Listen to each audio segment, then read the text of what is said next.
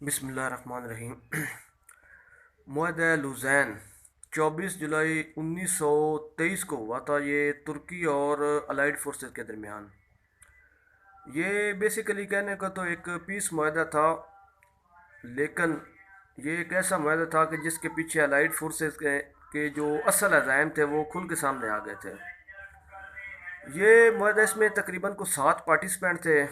لوزین Switzerland کا ایک شہر ہے، ایک مقام ہے، جس مقام پہ یہ معاہدہ ہوا، اور اس معاہدے کی جو زبان رکھی گئی وہ فرینچ تھی۔ وہ فرینچ زبان میں یہ معاہدہ لکھا گیا 24 جولائی 1923 کو۔ اس کے جو پارٹیسپینٹ تھے اس میں ٹرکی تھا ایک طرف، دوسری طرف جسے سلطنت عثمانیہ اس وقت کہا جاتا تھا، دوسری طرف سے جناب United Kingdom, kingdom of Italy, kingdom of Greece, kingdom of Japan اور کنگڈم آف رومانیہ اور سربیا کے جو اس وقت کے خود مختار علاقے تھے۔ یہ ان ملکوں کے درمیان ایک معاہدہ طے پایا۔ لارڈ کرزن، جو کہ اس وقت برطانیہ کا سیکرٹری آف اسٹیٹ تھا، اس نے تقریباً ایک گریک جنرل کے ساتھ مل کے 9 مہینے، 8 یا 9 مہینے مسلسل ایک نیگوسیشنز کر کے جناب یہ ایک معاہدے پہ آئے، مرتب کیا۔ اور امریکہ نے بطور امریکہ کے ایک ایڈمرل تھا جو کہ یو این کا سیکرٹری آف اسٹیٹ، جس کے انڈر کمانڈ یہ سارا معاہدہ ہوا۔ کہنے کو تو یہ ایک پیس معاہدہ تھا، لیکن یہ اصل میں پیس معاہدہ نہیں تھا۔ یہ اصل میں ترکی کو جکڑنے اور ترکی کی خلافت عثمانیہ کو ختم کرنے کا ایک مکمل اور جامع پلان تھا، جس کا پورا ساتھ مصطفیٰ کمال اتاتürk ترک نے دیا۔ ٹھیک ہے جی۔ اچھا، بیسیکلی یہ کیوں معاہدہ، اس کی زحمت کیوں؟ اس سے پہلے ایک 1920 میں ایک معاہدہ کیا گیا تھا جسے معاہدہ سیورز کے نام سے نام یاد کیا جاتا ہے۔ اس معاہدے کا مقصد یہ تھا کہ جو سلطنت عثمانیہ تھی، پہلی جنگ عظیم کے بعد اس کی جو پوری زمین تھی اس کو مختلف ملکوں کے درمیان بانٹ دیا جائے، لیکن وہ نیشنلسٹ تحریکیں شروع ہو گئیں، اور جنگ ازمیر جو 1920-21 میں ہوئی، اس کے نتیجے میں وہ پوری طرح معاہدہ عمل درآمد اس پہ نہ ہو سکا۔ اس کے بعد پھر یہ دوسری اٹیمپٹ ہوئی جسے معاہدہ لوزین کے نام سے یاد کیا جاتا ہے۔ یہ معاہدہ بیسیکلی ایک پیس اٹیمپٹ کے طور پہ لیا جاتا ہے، جس میں ترکی اور جو گریس تھے وہ آپس میں مطلب کافی ان کے معاملات خراب ہو چکے تھے، اور انہوں نے اس معاہدے کے تحت اپنی جو آبادیاں تھیں ترک اور گریس وہ ایکسچینج کی، اور آرمینین جو جینوسائیڈ تھی وہ بھی اسی دور میں ہوئی، اور جو آرمینیا کے باشندے تھے انہیں سروائیو کرنے کے لیے ایک موقع مل گیا۔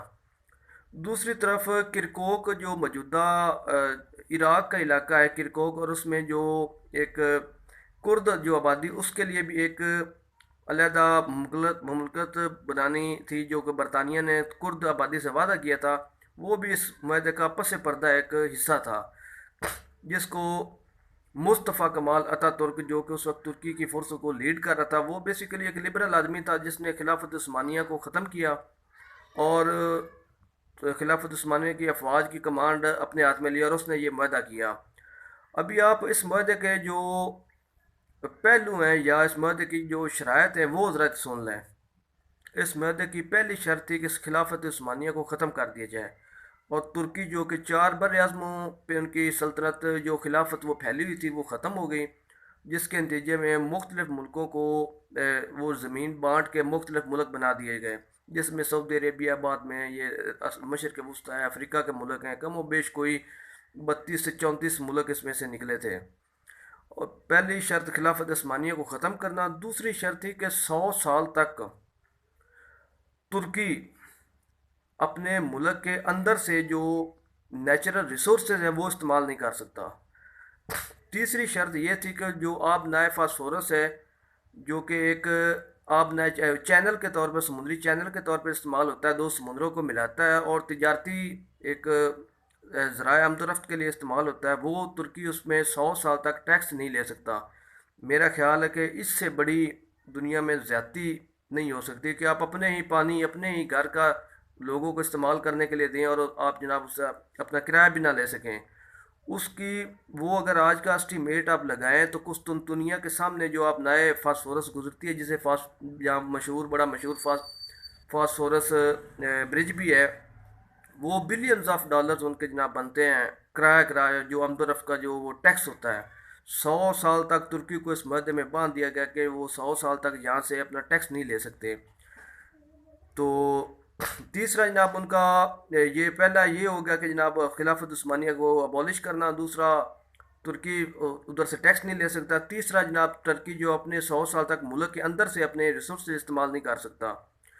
تو یہ تین چار یہ اتنی کوئی سخت شرائط تھی کہ کوئی بھی آج کے دور میں ملک، ایک غریب سے غریب ملک بھی یہ شرائط میرا خیال کہ وہ یہ برداشت نہیں کر سکتا اس قسم کی پابندیاں، یہ ایک قسم کے ترکی کے ہاتھ باندھنے کے مترادف ہیں۔ تو ابھی وہ 24 جولائی 2023 کو وہ جناب وہ معاہدہ ختم ہو جائے گا۔ اس کے بعد ترکوں کے پاس ایک موقع ہے کہ جناب وہ اپنی سب سے بڑی جو سعادت ہے مکہ مدینہ، کیا وہ خلافت کی طرف جائیں گے؟ اگر جاتے ہیں تو ڈیفینیٹلی وہ مکہ اور مدینہ کی میزبانی کی ڈیمانڈ کریں گے، جو کہ سعودی عرب کے لیے بذات خود ایک بہت بڑا چیلنج ہے۔ تو ابھی یہ ترکوں کے پاس ایک بڑی خوشی کا دن بھی ہے کہ 100 سالیں ان کی زنجیریں جو وہ ٹوٹ گئی ہیں، اور وہ اس پوزیشن میں بھی آ چکے ہیں کہ وہ دوبارہ جو ان کے ان سے جو چھینے گئے علاقے تھے وہ دوبارہ ان کو ری یونائٹ کریں اور خلافت کے طور پر ایک سامنے آئیں دوبارہ۔ لیکن یہ تو آنے والا وقت ہی بتائے گا کہ ترکوں کی کیا، یا رجب طیب اردگان کی کیا سوچ ہے۔ میرا خیال ہے کہ وہ ابھی تک تو انہوں نے کوئی ایسی بات نہیں کی، لیکن وہ جو 100 سالہ ترکی کی زنجیر تھی وہ 24 جولائی 2023 کو ٹوٹ جائے گی، اور ترک اس کے بعد اس پوزیشن میں آ جائیں گے کہ وہ اپنے جو کھوئے ہوئے علاقے انہیں ری یونائٹ کر کے دوبارہ سلطنت عثمانی یا خلافت کی بنیاد رکھ سکیں گے۔ اور ان کی بڑی پرانی یہ خواہش ہے کہ وہ مکہ اور مدینہ کی ایک بار پھر سے وہ میزبانی کی سعادت حاصل کریں۔ اللہ حافظ۔